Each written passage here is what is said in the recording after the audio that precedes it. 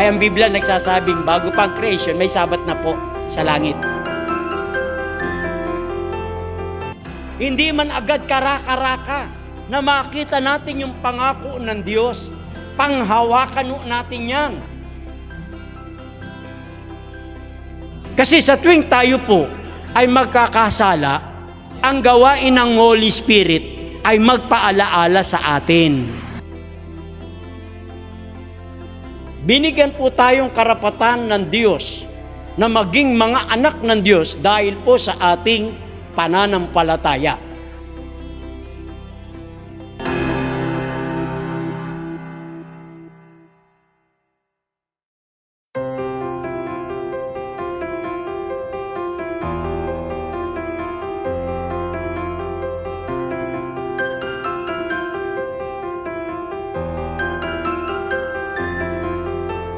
Magandang hapon po sa lahat ng mga kapatid, mga kaibigan. Dumating na po tayo sa takdang oras ng ating pag-aaral ng banal na kasulatan. Kaya po tayo ay nag-aanyayang muli sa lahat po ng mga nakikinig, sa lahat po ng manonood. Ipagpapatuloy na po natin ang ating pag-aaral ngayong araw na ito. Ay tayo pong muli ay mag-aaral ng ating banal na kasulatan. Kaya doon po sa nagnanais po na magtanong, andyan po sa ating screen, isend lamang ninyo ang inyong mga tanong at kung yan po ay mabigat at hindi ko po alam, pwede ho nating pag-aralan sa susunod. Inaanyayaan ko na po kayo na ihanda ang inyong mga gadgets, ang inyong mga cellphone. Saan man po kayo naroroon, bigyan po natin ng daan ang ating pag-aaral sapagkat ito'y araw ng Panginoon. This is the day that the Lord had made. We will rejoice and be glad in it. So, ang ating pong pasamantalang pag-aaralan ngayong hapon ay may kinalaman po doon sa salitang covenant.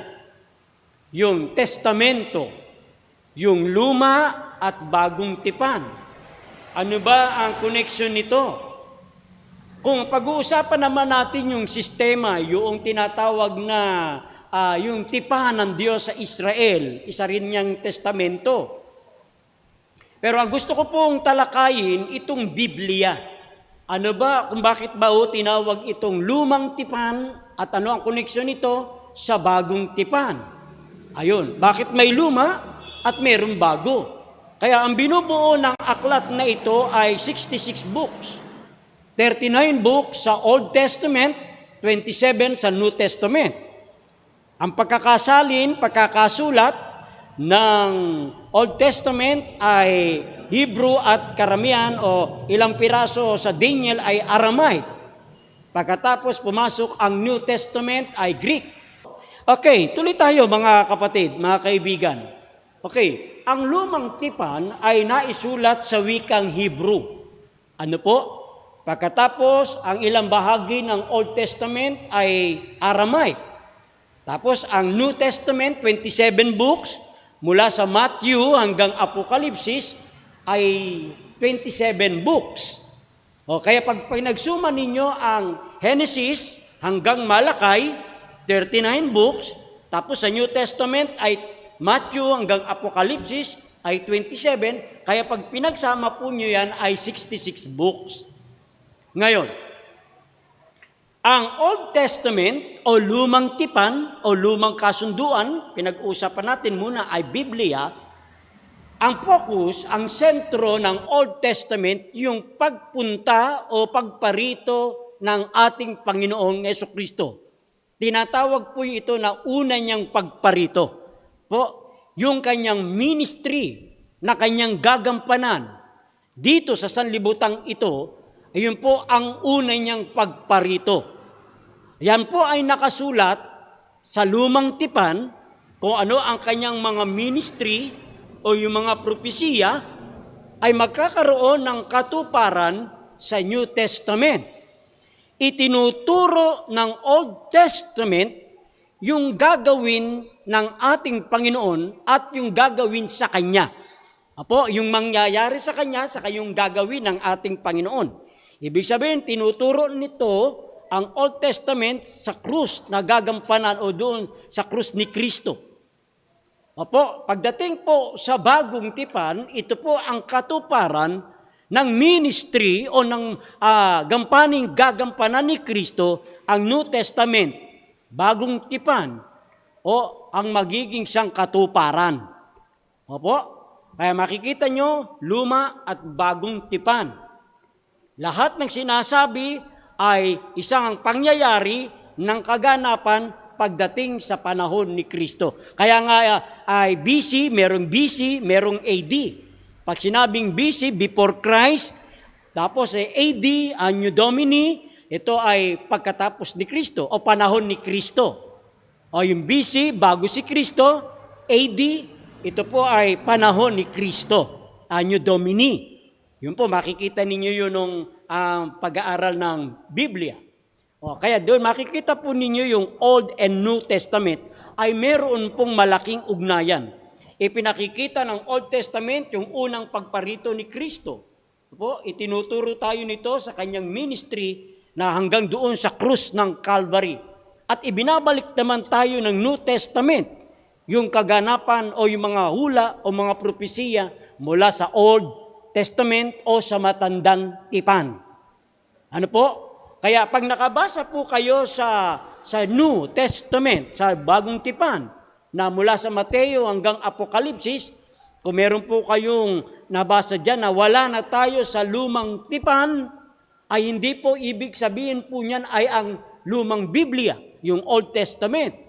Makakamali ho tayo ng pag-i-interpret pag sinabing wala na tayo sa lumang tipan, kundi narito na tayo sa bagong tipan. Opo. Kasi pagka ganun po ang magiging pagtuturo, parang lumalabas, hindi na kailangan ang lumang tipan, yung tinatawag na aklat na lumang tipan. Hindi po. Kaya hindi mo pwedeng paghiwalayin ang old na aklat na Genesis hanggang Malakay, hindi po paghiwalayin sa New Testament mula Matthew hanggang Apokalipsis. Magkombinasyon po yung dalawang yan. Kasi lahat po ng sinasabi ng mga alagad o mula ng ating Panginoong Jesucristo, mula sa kanilang turo, mula sa kanilang pagsagot, ay tumatakbo at tumahango sila mula sa matandang tipan na aklat. Kaya ko idinidiin yung aklat, kasi yun ang ating pong pinopokus na luma at bagong tipan. Ayan. Kasi may tinatawag din pong covenant, halimbawa yung Old Covenant, nung una ay dugo ng hayop, pagdating sa bagong tipan, dugo ni Kristo. Hindi po yung atin munang tinatalakay. Ang pinag-aaralan muna natin, yung kombinasyon ng Old na aklat saka New Testament na aklat. Yun po yun. Kaya madalas po nating sinasagot, madalas po nating naririnig, pag-uusapan ay doktrina, aral. Halimbawa, yung ikapitong araw ng Sabat, yung malinis at marumi, yung 10 utos, yung ikapo, marami pa ho iba. Na ang mga tao ay ayaw yan mapakinggan kasi yan ay hinahango sa lumang tipan. Kaya ang kanilang quotation ng isip ay wala na tayo sa lumang tipan. O kaya babasa sila ng aklat, lalo na sa Hebro, wala na tayo sa lumang tipan, nasa bagong tipan na tayo. Pinalalagay nila yung banal na kasulatan na yung Old Testament, wala na. Pero pagka tuturuan ang mga tao na ikumpisal ang kasalanan, kumahango naman sa 2 Chronica 7:14. Di ba? Tapos hinahango naman yung tayo ay nagkasala, nahiwalay sa Diyos, tinukuha nila yung Isaiah 59 verse 2. Tapos pag araw ng linggo, kumakanta sila ng "This is the day that the Lord hath made." Lagi yun nasa lumang tipan. Bakit nga ganun, ano? Kaya pagkakaturuan, pagka ang paniniwala po ay panig sa kanila, kahit lumang tipan nakasulat, tatanggapin nila. Kaya nililinaw natin yung lumang tipan na aklat, magmula sa Genesis hanggang Malakay, hindi po pwedeng paghiwalayin doon sa Matthew hanggang Apokalipsis ng bagong tipan. Yun po ay merong magkombinasyon. Katulad po, nais ko pong ulitin, ipaglingkod po sa inyo, maging si Apostol Pablo na mangangaral na tinawagan ng Diyos mula sa kanyang madilim na buhay, bilang isang mamamatay tao, bilang isang kriminal, ay na-convert ng ating Panginoong Jesucristo mula nung siya'y patungo ng Damascus. Kaya nung siya'y magpasimulang mag-ministry, lumawak ang kanyang gawain, yung kanyang paglalakbay. Ano po? Saan-saan ho siya nakarating? Kaya noong bandang huli ng kanyang pangangaral, umupa siya ng malaking bahay. Ano po? Nung umupa siya ng malaking bahay, marami ang gustong makinig.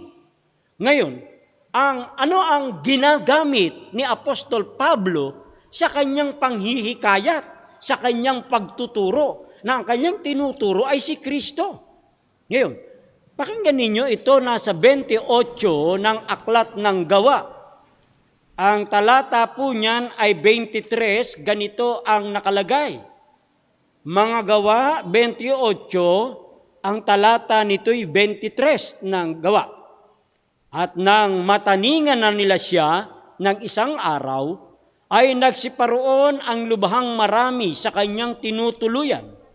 At sa kanila'y kanyang ipinaliwanag ang bagay na sinasaksihan ang kaharian ng Diyos at sila'y hinihikayat. Ayan. Saan sila hinihikayat ni Apostol Pablo? Tungkol kay Jesus. Ayan. Hinihikayat ni Apostol Pablo ang mga tagapakinig tungkol kay Jesus. Anong ginagamit ni Apostol Pablo sa panghihikayat tungkol kay Jesus? Ano ang gamit niya? Pakinggan po ninyo. Sa pamamagitan ng kautusan ni Moises, yung lumang tipan na aklat.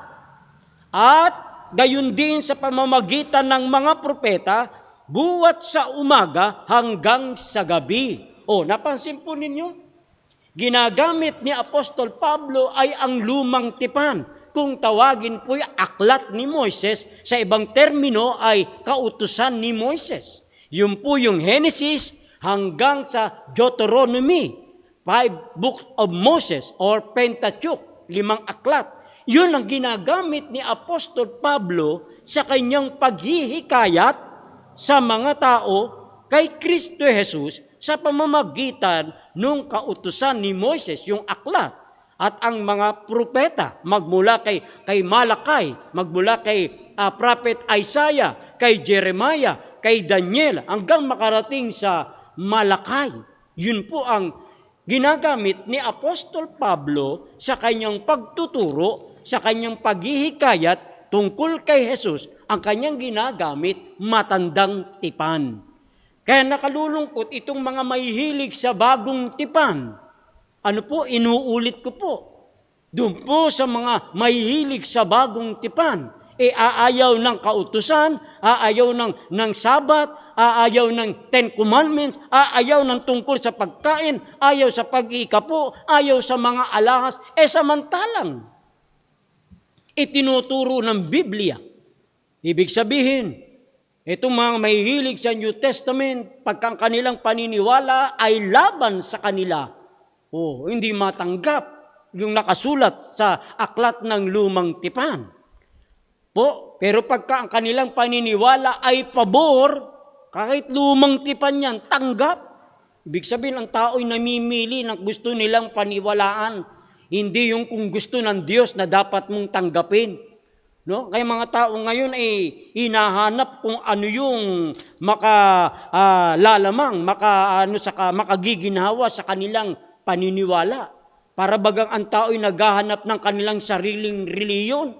Hindi yung relihiyon ni Kristo, relihiyon ng Diyos ang hanapin. Ano po?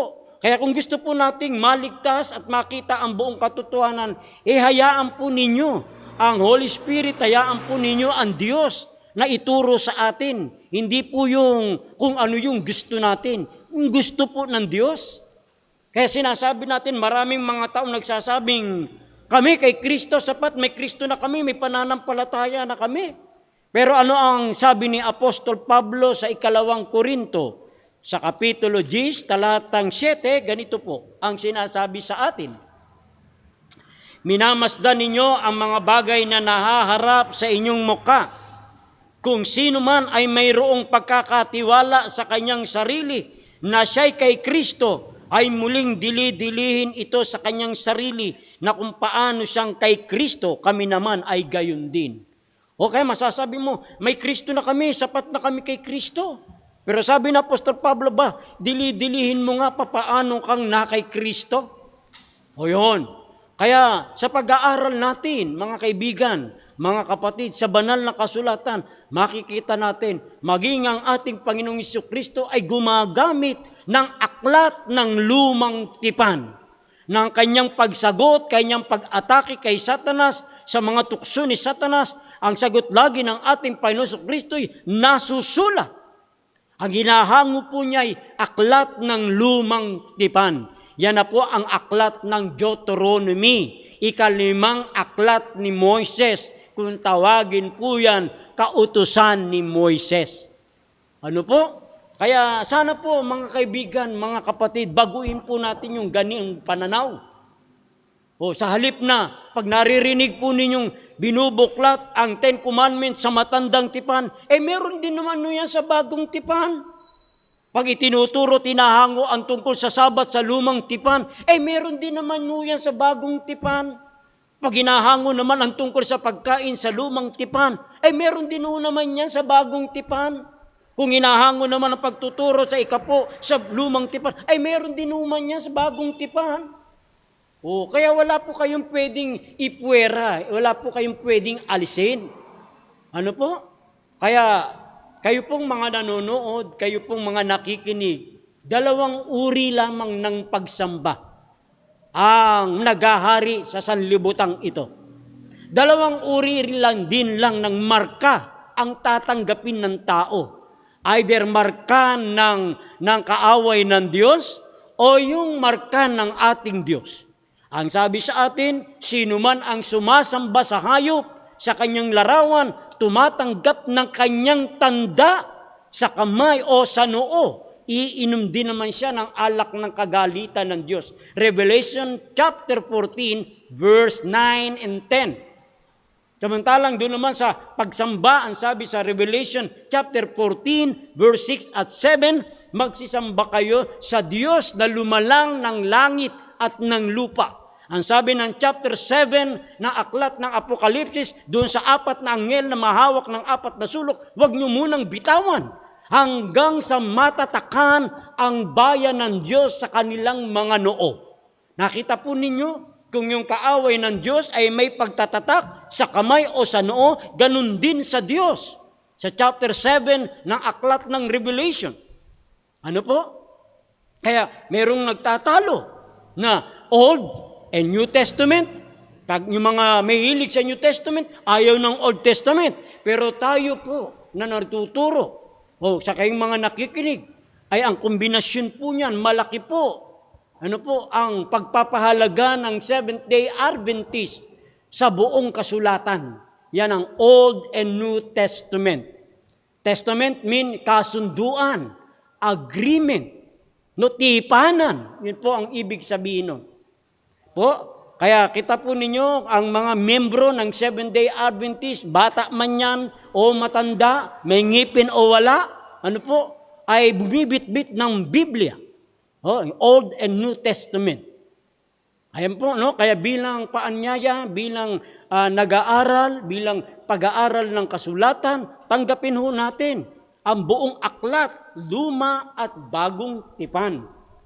Opo, kahit wala ang New Testament, Bible pa rin po ang tawag ko dyan. Halimbawa, ang bit-bit lamang ninyo ay matandang tipan, Bible pa din yan. Wala man kayong lumang tipan, ang bit-bit po ninyo ay New Testament, mula Matthew hanggang Apokalipsis, Bible pa rin ang tawag ko dyan. Ano po? Kaya yan ay 66 na mga aklat na pinagsama-sama at naging isang aklat. Biro nyo, 39 books sa Old Testament, 27 books sa New Testament, ng pagsamahin at bilangin ay 66 books. 66 books na naging isang aklat. Hindi ba? Parang Trinity. God the Father, God the Son, God the Holy Spirit, nang pagsamahin silang tatlo, hindi po tatlong Diyos, kundi iisang Diyos, pero mayroong 3 personang magkakaiwalay. New Testament, 27. Old Testament, 39 books. Pero nang pagsamahin, naging 66 books. Nang mabuo ang 66 books, naging isang aklat, ang Biblia. Pero binuklat mo yung Biblia, dami pa ng aklat. Oh, tiningnan mo yung salitang God, nang buklatin mo, meron palang 3. Oh, hindi iisang persona. Hindi ang Ama, siya rin ang Anak, yung Anak, siya rin ang Holy Spirit. Ay, hindi po. Masisira ang mga grammar ng Biblia. Kaya yung sa mga Juanes, naku po, pag-aralan natin ang Biblia. Yung sumisigaw si Kristo sa krus na, Ama ko, o kaya Diyos ko, Diyos ko. Kung si Kristo at Ama, iisa, sino yung tinatawagan ni Kristo? Sino naman yung tumatawag sa Kanya? Diba? Narito ang aking anak. Sinisinta ko. O sino yon? Si Kristo rin. Sino ba yung tinatawagan niya? Narito ang aking anak. Hindi ba si Kristo? Sino rin tumatawag sa itaas? Si Kristo rin. Parang malabo. Malabo pa sa munggo. Di ba? Mahirap yung ganyang paniniwala. Yung Juanes na si Kristo rin yung Ama, Holy Spirit siya rin, ang Ama siya rin. Sisira ang grammar ng Biblia. Iba yung sinugo, iba yung nagsugo. Iba yung dumadalangin sa dinadalanginan. Napansin nyo, kaya masalimuot. Pagkaganyan ng ang everlasting gospel na inyong mapapakinggan, ay hindi po yan pabalitang napapanahon. Ano po? Ang pabalitang napapanahon ay nasa buong kapitulo 14 ng aklat ng Apokalipsis. Opo, katulad halimbawa ng salitang purgatorio.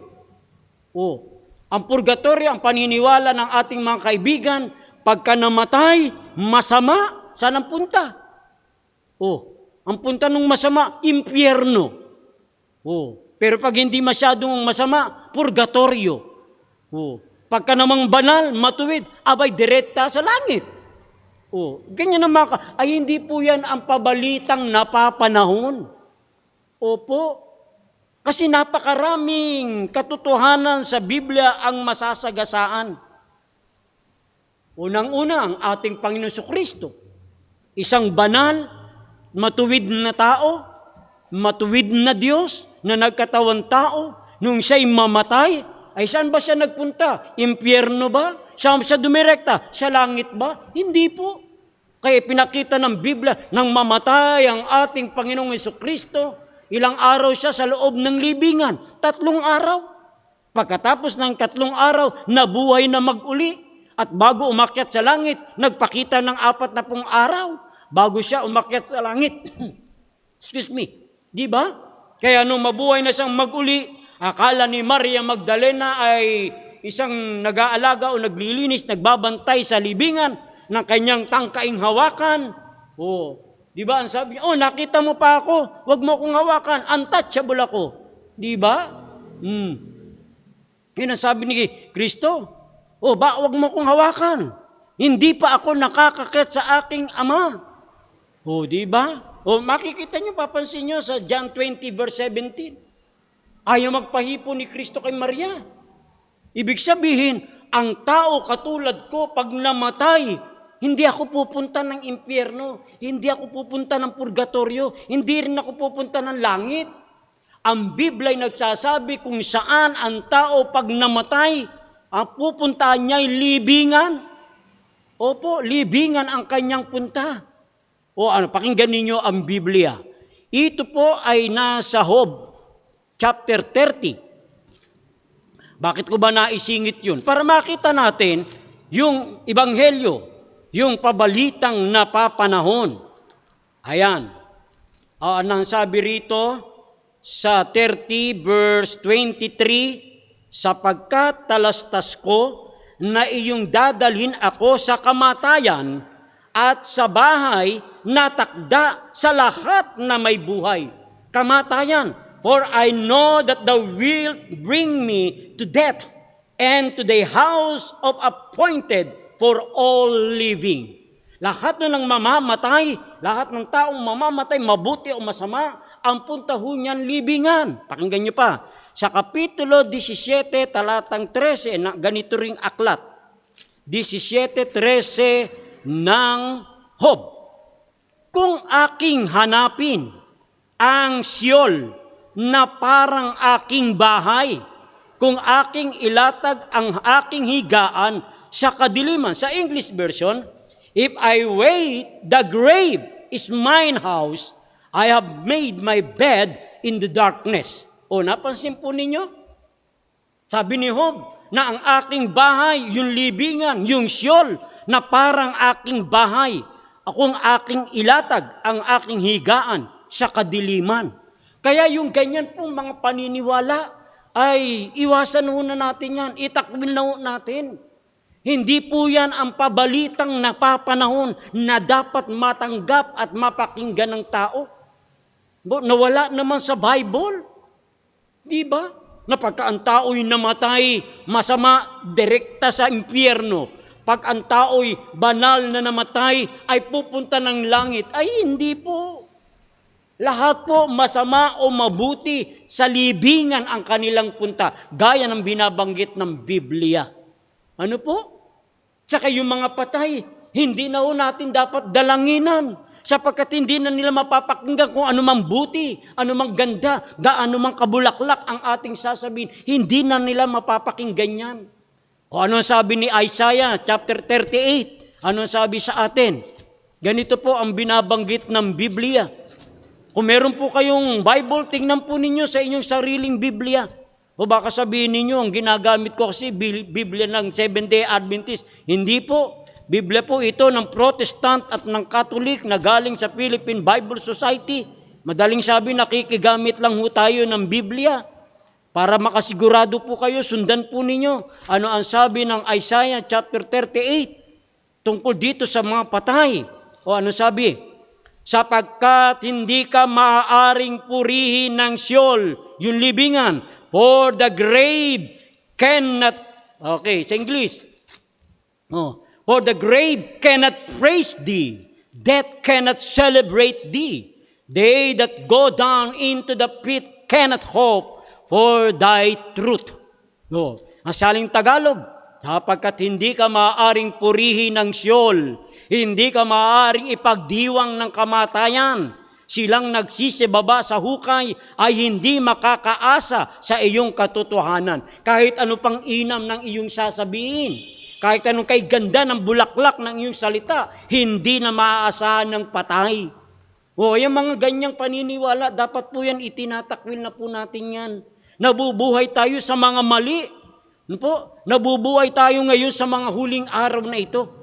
Ang pabalita na dapat mapakinggan at matanggap ng tao, yung pong nasa Apokalipsis 14 sa 1 hanggang 20. Ano po, mga tagapakinig? Aba, kaya sabi nung kasabihan, kung ikaw man din ay bibili ng alahas at alakaya mo namang bumili, ay yung ginto na?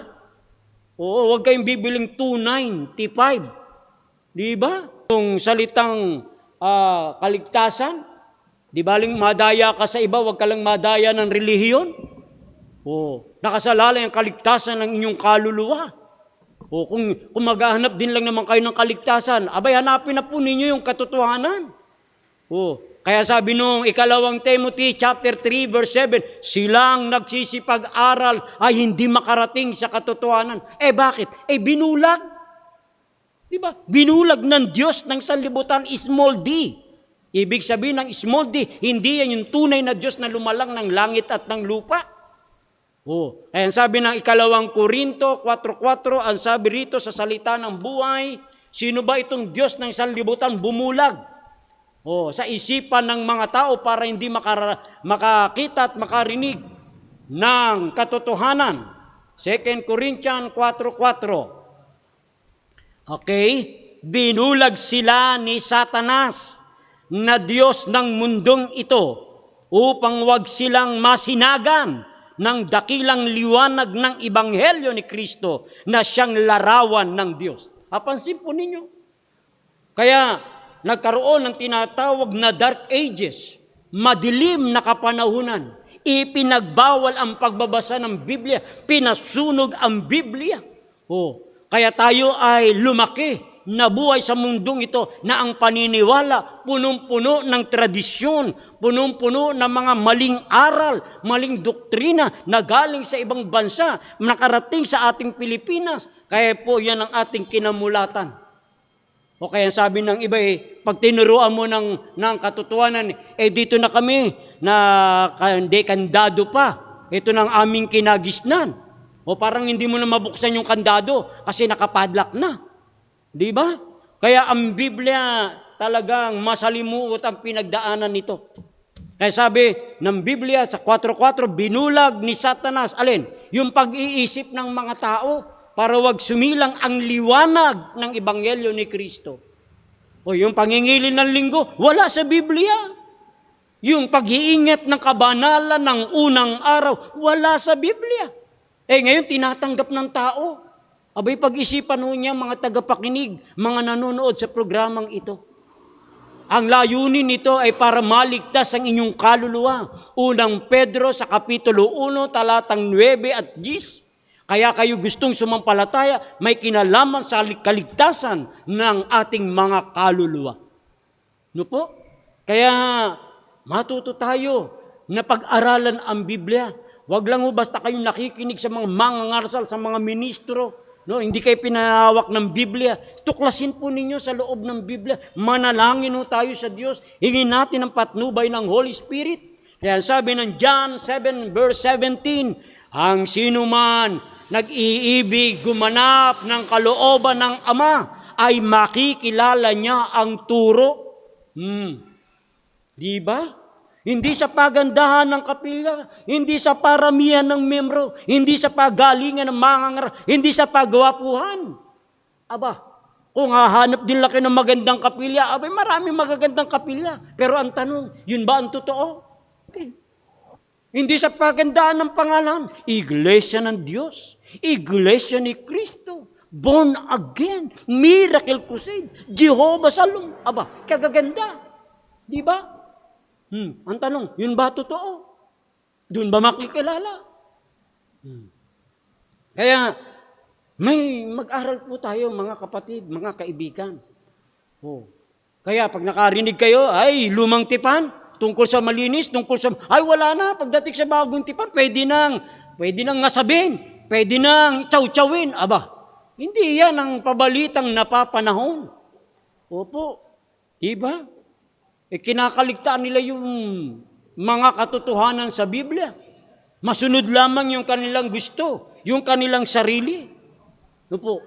Kaya kayo po mga kapatid, mga kaibigan ko po, mga kamag-anak ninyo, na wala pa sa pananampalataya, i-share ninyo yan. Pabasa nyo sa Biblia nila, kung ano mang Biblia translation, meron ho sila. Ano po, kung meron ba silang magandang balita Biblia, meron ho ba silang King James Version, meron ba silang NIV, pabasa nyo po sa kanila yan. Oo, para hindi tayo pagkamalan, kaya tayong may sariling Biblia, hindi po. Nakikigamit lang ho tayo. Diba? Meron na po. Sige po, entertainin na po natin ang mga tanong. Ayan. Okay, Brad Lino, happy Sabbath po. Happy Sabbath din po rin naman sa inyo. Ang tanong ko po sana ay ganito. Bakit po ba sa lumang tipan lang nabanggit ang bawal kainin at pwedeng kainin? Bakit hindi na po nabanggit sa bagong tipan ang bawal kainin at pwedeng kainin? May kadahilanan po ba ito? Ano po ba ang dahilan nito? Salamat po. Ay, salamat po sa maganda ninyong tanong. Ay, bakit nga naman hindi na inulit isa-isa, gaya ng pagkakaulit kay Moises sa lumang tipan? Ang una po kasi, naintindihan at naunawaan ng bayan ng Diyos, yung malinis at marumi. Kaya pagdating nyo sa bagong tipan, hindi na kailangang isa-isain. Bakit po? Unang-una, hindi nila ho suliranin. Hindi nila ho problema para sabihin pa sa kapatid, oy, huwag kang kakain. Kasi nagkakaintindihan na po sila roon. Ibig sabihin, hindi nila problema yung marumi kasi sumusunod na po sila. Ano po? Sumusunod na po sila, hindi na kailangan sabihin pa, ni Apostol Pablo sa mga kapatid, huwag kayong kakain ng marumi, huwag kayong kakain ng dugo, huwag kayong kakain ng karumal-dumal. Sinusunod na po nila yun para hindi na po kailangan ulitin sa kanila yon. Ano po? Kasi sinusunod na po nila yon. Ang problema ho ng bagong tipan, ano po? Yung pagkaing malinis na inihain sa Diyos-Diyosan. Ayun ang malaking issue. Lalo na sa Roma, sa Corinto, sa Galacia. Opo, yung mga kapatid na Kristiyano, mga bagong hikayat, yung malinis, hindi marumi. Hindi nila problema yung marumi. Hindi nila pinagtatalunan yung marumi. Ang pinagtatalunan nila ngayon doon, yung malinis na inihain sa Diyos-Diyosan.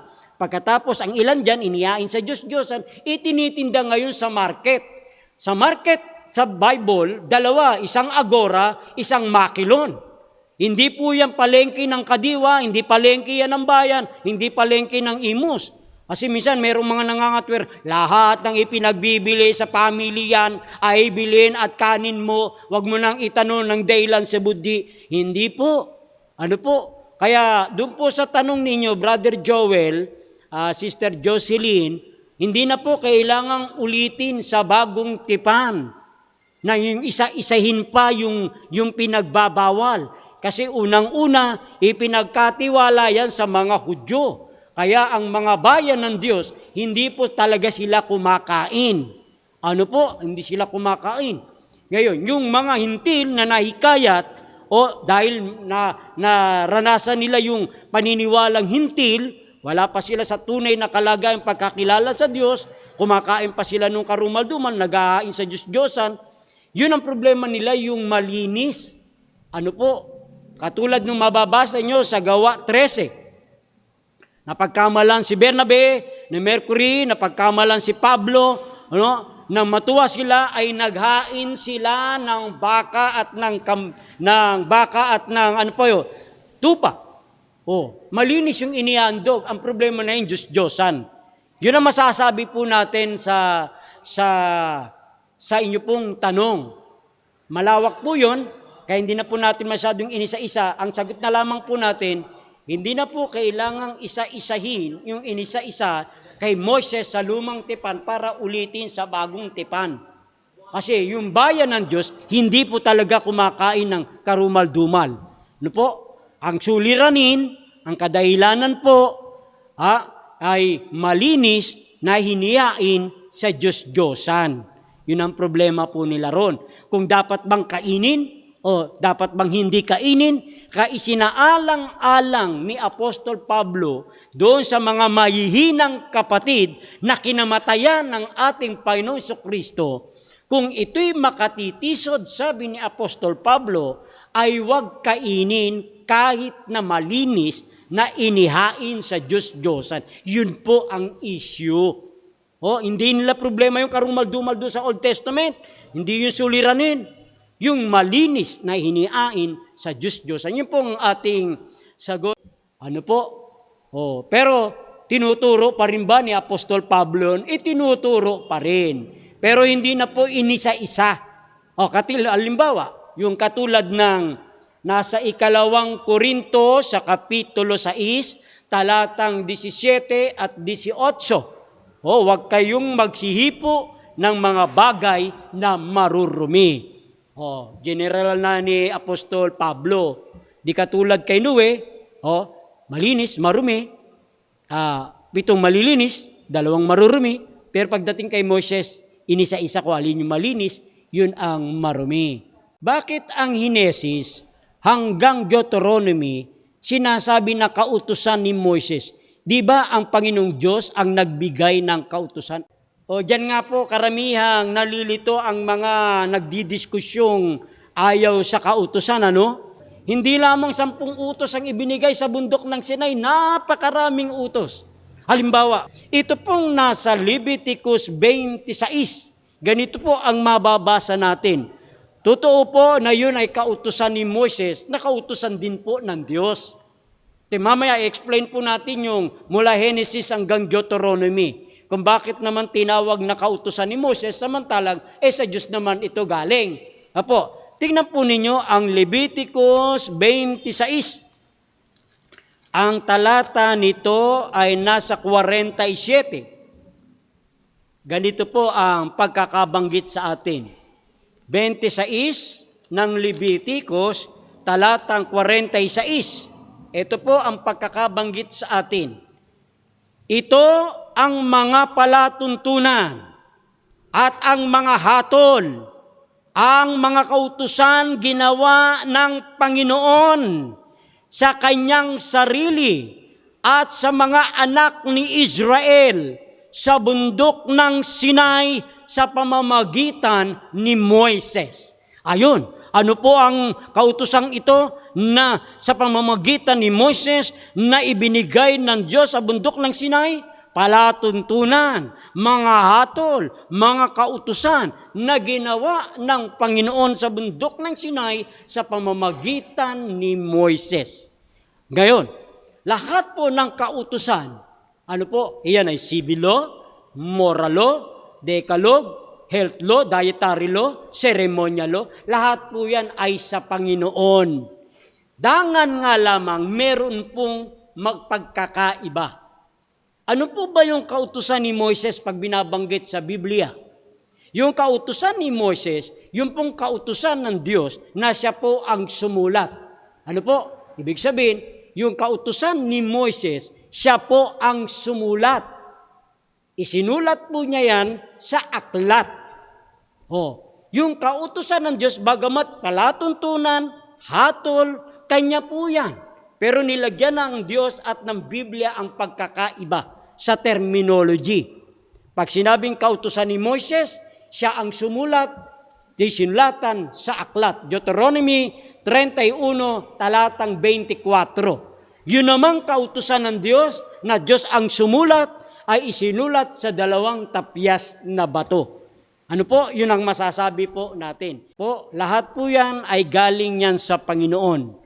Palatuntunan, moral law, dietary law, ceremonial law, sa atin pong Panginoon yan. Leviticus 26:46. Kautusan ni Moses, sapagkat siya ang sumulat, isinulat sa aklat, kautusan ng Diyos, sapagkat ang Diyos ang sumulat, sa 2 tapyas na bato, yan po ang 10 Commandments. 31:18, 32:16 ng Exodus. Yan po ang may paglilingkod po natin sa inyo. Kaya mga kapatid, mga kaibigan ko po, no, diyan sa nanonood, di natin alam itong ating panahon. Ito na ba ang normal na buhay natin? Ang mga market natin, may mga schedule, hindi katulad nung araw, anytime, pwede kang mamalengke, pwede kang bumili. Kaya, pagpalagay natin mga kapatid, baka ito na, huling panahon. Matatanda na ho tayo, kailangan na nating lumagpasya. Lumagay tayo sa dapat nating paglagyan ng katotohanan. Paglagakan natin ng pag-asa. Opo, kasi siguro, sana nahagip na natin, yung luma at bagong tipan. Hindi mo pwedeng alisin ang aklat na lumang tipan para lamang pasunurin ang iyong paniniwala sa bagong tipan. Opo, department. Maraming salamat po. God bless you po. Tayo po'y mag-pray. Dakila po naming Diyos ang tahanay nasa mga langit. Binabalik po namin sa inyo ang papuri at pasasalamat. Nawa ang dalangin po namin sa lahat ng mga kaibigan namin, sa mga kapatid, nasa iba't ibang probinsya, nasa iba't ibang panig ng bansa. Ingatan niyo po sila. Patuloy po ang Holy Spirit ang mamalagi, magproteksyon sa mga karamdaman, sa mga pandemic. Kayo ang maging patnubay, maging kalakasan, maging inspirasyon ng inyong mga anak na nagdadalamhati dahil sa kanilang pansamantalang yumaong mahal sa buhay. Kayo nawa ang maging silbing inspirasyon. Pagpalain mo po ang lahat ng aming mga nakikinig, mga kaibigang nanonood. Sa mga nagtanong, pagpalain po sila. Muli sa susunod na Sabado, muli kaming manonood, makikinig sa ganitong programa. Ito ang aming dalangin sa pangalan po ni Jesus. Amen. Thank you po. God bless.